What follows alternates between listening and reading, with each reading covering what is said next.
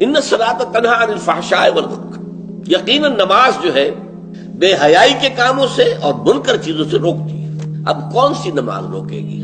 ہماری نماز نہیں روکتی۔ کیوں نہیں روکتی؟ ہماری نماز کی روح موجود نہیں۔ روح تو کیا دور آئے گی، ہمیں تو یہی پتہ نہیں ہوتا ہم پڑھ کیا رہے ہیں۔ It's a parrot like repetition, یاد ہے بس پڑھ دیا جلدی سے جلدی کیا اور اللہ فیصلہ۔ اور چونکہ اس وقت اس کا آپ کا ذہن جو ہے وہ اس کام میں مصروف ہی نہیں ہے کہ وہ سمجھے کہ آپ کیا کہہ رہے ہیں، لہذا خالی ذہن تو رہ نہیں سکتا۔